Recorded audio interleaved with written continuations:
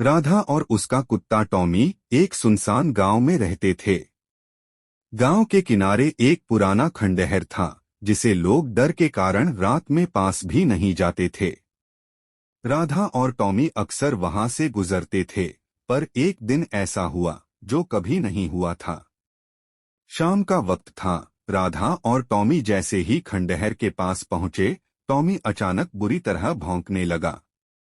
राधा ने उसे चुप कराने की कोशिश की, लेकिन टॉमी की आंखों में डर था। वह लगातार खंडहर की ओर घूर रहा था, जैसे कुछ देख रहा हो। क्या है टॉमी? राधा ने डरते हुए पूछा। तभी खंडहर से एक धीमी सी आवाज आई, राधा। राधा ने कांपते हुए देखा। खंडहर की दरवाजे से एक धुंधली आकृति बाहर निकल रही थी। उसकी आंखें काले गड्ढे जैसी थीं और चेहरे पर एक खौफनाक मुस्कान थी। राधा की चीख निकल गई, लेकिन टॉमी ने बेमौत अपनी जान गंवाते हुए उस आकृति को घसीट लिया। तभी वह आकृति गायब हो गई और सब कुछ शांत हो गया।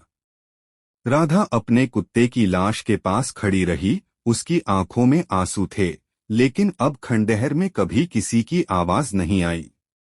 टॉमी अब भी उसकी यादों में था, लेकिन वह जान चुकी थी कि कुछ रहस्यमय चीजें कभी नहीं समझी जा सकती।